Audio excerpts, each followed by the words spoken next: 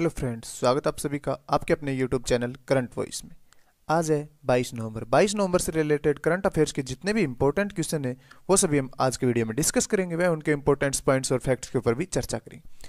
PDF आप description में link दिया उससे डाउनलोड कर सकते हैं या फिर आप करंट वॉइस टेलीग्राम चैनल को ज्वाइन कर सकते हैं। वहाँ भी रेगुलरली पीडीएफ अपलोड की जाती है, वो मंथली और वीकली एक साथ भी अपलोड की जाती है।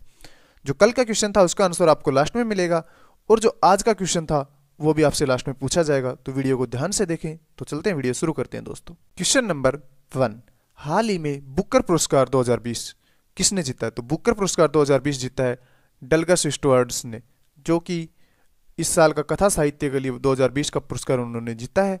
और उन्हें उनके पहले उपन्यास जो कि स्ट्रेंग चेन बेन, जो कि अब उनका पहला उपन्यास था, उसी के लिए उन्हें स्ट्रगलस स्टूड्स को जो पुरस्कार मिला है वो बुकर पुरस्कार मिला है। और उनकी 44 साल के एज में ये दूसरे ऐसे व्यक्ति हैं जिन्हें प्रतिष्ठित साहित्य पुरस्कार से जीत सम्मान किया है। और फिक्शन के लिए दिए जाने वाला बुकर पुरस्कार पहले बुकर MC कॉनल प्राइज, जो कि 1969 से और 2001 के बीच में जाना जाता था, और फिर इसे मैन बुकर पुरस्कार के नाम से जाना जाने लगा 2002 से 2019 के बीच में। इसके अंदर 500 पाउंड मिलते हैं, लगभग 66,000 अमेरिकी डॉलर की राशि पुरस्कार के रूप में दी जाती है। तो चलते हैं आज के अगले क्वेश्चन की तरफ। क्वेश्चन नंबर 2, हाल ही में किस राज्य के पुलिस स्टेशन को ISO सर्टिफिकेट मिला है? तो किस राज्य के पुलिस स्टेशन को ISO सर्टिफिकेट मिला है? ये मिला है नागालैंड के उत्तर पुलिस स्टेशन को ISO सर्टिफिकेट मिला है, जो कि कोहिमा के उत्तर पुलिस स्टेशन, कोहिमा नागालैंड की राजधानी है कोहिमा, उसके जो उत्तर में पुलिस स्टेशन है उसकी गुणवत्ता प्रबंधक प्रणाली के लिए उन्हें ISO 9001-215 सर्टिफिकेट प्रदान किया गया है। कोहिमा के उत्तर पुलिस स्टेशन को 1993 में ब्रिटिश शासन द्वारा नागा हिल्स जिले के तहत पहला पुलिस स्टेशन के रूप में स्थापित किया गया था। और ISO 9001 एक मानक प्रबंधक प्रणाली है, जो कि आवश्यकताओं को निर्दिष्ट करने वालों का अंतर्राष्ट्रीय मानक है। यह ISO 9000 श्रृंखला में सबसे बेहतर मानक है और श्रृंखला में एकमात्र मानक जिसे संगठित प्रमाणित कर सकते हैं।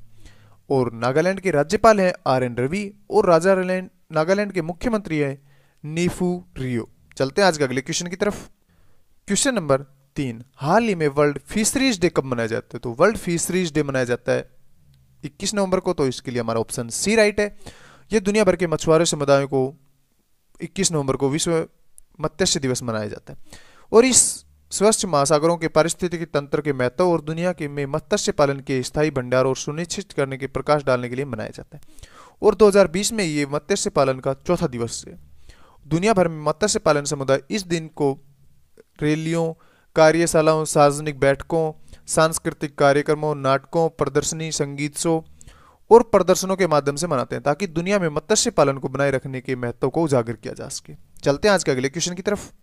क्वेश्चन नंबर 4, ICC बोर्ड ने अंतर्राष्ट्रीय क्रिकेट खेलने के लिए खिलाड़ियों की न्यूनतम आयु कितने वर्ष की है?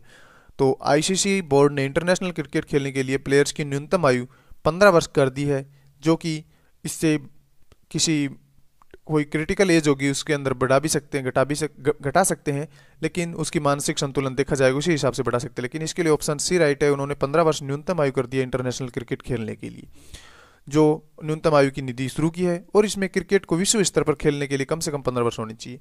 ICC के एक बयान ने कहा है कि पुरुषों को किसी भी प्रारूप में खेलने के लिए 15 वर्ष कम से कम होनी चाहिए और महिलाओं को अंडर 19 अंतर्राष्ट्रीय क्रिकेट में अब न्यूनतम आयु 15 वर्ष होनी चाहिए। अंतर्राष्ट्रीय क्रिकेट में पाकिस्तान के जो हसन राजा थे उन्होंने 14 साल और 227 दिन की उम्र में ही अपना पहला क्रिकेट खेला था। और भारत के सचिन तेंदुलकर, जिन्होंने टेस्ट क्रिकेट खेलने वाले सबसे कम उम्र के भारतीय हैं, और इन्होंने 16 साल और 205 दिन की उम्र में सबसे कम उम्र में जो भारत के हैं इन्होंने टेस्ट क्रिकेट खेला था। तो चलते हैं आज के अगले क्वेश्चन की तरफ। क्वेश्चन नंबर 5, हाल ही में विश्व टेलीविजन दिवस कब मनाया जाता है? तो विश्व टेलीविजन दिवस मनाया जाता है 21 नवंबर को। तो इसके लिए हमारा ऑप्शन सी राइट है। विश्व टेलीविजन दिवस हर साल 21 नवंबर को दुनिया भर में मनाया जाता है और इस दिन प्रसारण मीडिया की भूमिका चिन्हित करने के लिए इस दिन पत्रकार, ब्लॉगर, लेखक और जो अन्य माध्यम से जुड़े हैं वो संचार और वैश्वीकरण में टेलीविजन की भूमिका को बढ़ावा प्रोत्साहित करते हैं।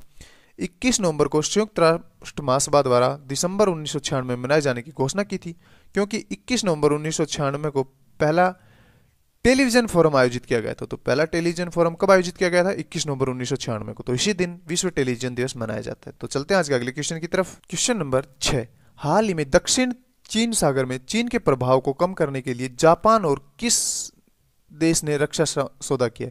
तो चीन के प्रभाव को दक्षिण चीन सागर में कम करने के लिए जापान और ऑस्ट्रेलिया ने रक्षा सौदे पर हस्ताक्षर किए।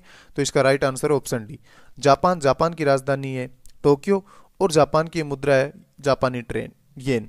और जापान के प्रधानमंत्री हैं योशिहिदे सुगा। और ऑस्ट्रेलिया की राजधानी है टोक्यो। तो चलते हैं आज के अगले क्वेश्चन की तरफ। तो क्वेश्चन नंबर 7, हाल ही में केंद्र सरकार ने किस पक्षी को बचाने के लिए पंचवर्षीय योजना शुरू की? तो केंद्र सरकार ने गिद्ध पक्षी को बचाने के लिए पंचवर्षीय योजना शुरू की है। तो इसका राइट आंसर ऑप्शन बी, जो गिद्ध है वो स्वभक्षी पक्षी होते हैं जो कि जानवरों के शवों को खाकर आसपास के वातावरण को स्वच्छ रखने में अपना महत्वपूर्ण योगदान देते हैं। तो इसलिए केंद्र सरकार ने इन्हें बचाने के लिए पंचवर्षीय योजना शुरू की है, ताकि ये छोटे जो जानवर होते हैं जो मर जाते हैं, डेड बॉडीज उनको खाते हैं, तो वो वातावरण को स्वच्छ बनाते हैं। तो चलते हैं आज के अगले क्वेश्चन की तरफ। क्वेश्चन नंबर 8, किस भारतीय कंपनी ने कोविड-19 वैक्सीन कोवैक्सीन के तीसरे चरण का सफल परीक्षण किया? तो कोविड-19 वैक्सीन का तीसरे चरण का सफल परीक्षण बायोटेक ने किया है, जो कि भारतीय कंपनी है। इन्होंने हाल ही में हरियाणा के स्वास्थ्य मंत्री जो कि अनिल विज हैं, उनको स्वदेशी वैक्सीन का जो डोज दी है। तो ये तीसरे चरण का परीक्षण करने वाली पहली कंपनी बन गई है। और उनको दूसरी डोज 28 दिन बाद दी जाएगी, क्योंकि जिसके अंदर एंटीबॉडी के कंडीशन की स्टडी की जाती है। और भारत बायोटेक ने हाल ही में कोविड-19 वैक्सीन के तीसरे चरण में परीक्षण शुरू कर दिया और भारत का पहला स्वदेशी कोविड-19 वैक्सीन कैंडिडेट है, जो कि है अनिल विज। हैदराबाद में बेस्ड एक अन्य फार्मा कंपनी बायोलॉजिकल ई लिमिटेड ने अपने कोविड-19 वैक्सीन के फर्स्ट और सेकंड परीक्षण शुरू कर दिया है। और तीसरे चरण का परीक्षण ICMR के साथ साझेदारी में आयोजित किया जाएगा। इसमें पूरे भारत में लगभग 26,000 स्वयंसेवक शामिल होंगे। तो चलते हैं आज के अगले क्वेश्चन की तरफ। क्वेश्चन नंबर 9, किस देश ने कोरोना वायरस का पता लगाने के लिए पहली सेल्फ टेस्ट किट को मंजूरी दी है? तो पहली सेल्फ टेस्ट किट को अमेरिका ने मंजूरी दी है। तो इसका राइट आंसर हमारे पास ऑप्शन बी, मंजूरी। United state food and drugs administration ने घर पर सेल्फ टेस्टिंग को पहले कोरोना वायरस डायग्नोस्टिक किट को मंजूरी दे दी है। ये है लूसीरा कोविड-19 all in one test kit in molecular single use test, जिसको मंजूरी दी है अमेरिका के अंदर। और यह पहला प्रशिक्षण भी है जो पूरी तरह से स्वप्रशासित हो सकता है। और जो किट है वो 30 मिनट या इससे भी कम समय में परिणाम प्रदान करती है। और यह उन लोगों के लिए स्वप्रसारित किया जा सकता है जो 14 एज की कम ऊपर हो, उससे ज़्यादा के हो, उन्हीं के लिए। तो चलते हैं आज के अगले क्वेश्चन की तरफ। क्वेश्चन नंबर 10, हाल ही में किस देश ने पेट्रोल डीजल की कारों की बिक्री पर प्रतिबंध लगाने की घोषणा की? तो हाल ही में पेट्रोल और डीजल की बिक्री पर प्रतिबंध लगाने के लिए ब्रिटेन ने, यूनाइटेड किंगडम, यूके ने, ऑप्शन डी राइट इसका, जिन्होंने बिक्री पर प्रतिबंध लगाने की घोषणा की है। ग्रीन अर्थ की दिशा में बड़ा कदम उठाते हुए ब्रिटेन ने 2030 से डीजल और पेट्रोल की कारों की बिक्री पर प्रतिबंध लगाने का फैसला लिया है, जो कि हाल ही में फ्रांस ने भी लिया था फैसला कि डीजल और पेट्रोल की बिक्री पर प्रतिबंध लगाएंगे। और जो हमारा कल का क्वेश्चन था कि हाल ही में फाइनेंस बियर का ब्रांड एम्बेसडर किसे नियुक्त किया गया, तो इसका ऑप्शन है हमारे पास रोहित शर्मा। रोहित शर्मा को, जो कि ऑप्शन बी राइट है, इनको फाइनेंस बियर जो कि इस एजुकेशन सेक्टर में काम करती है, इसका ब्रांड एम्बेसडर नियुक्त किया गया है। और आज का क्वेश्चन है कि जिसका आंसर आप कमेंट बॉक्स में जरूर टाइप करें। तो क्वेश्चन है कि किस राज्य सरकार ने 4 कॉमर्शियल अदालतों की स्थापना का निर्णय लिया है?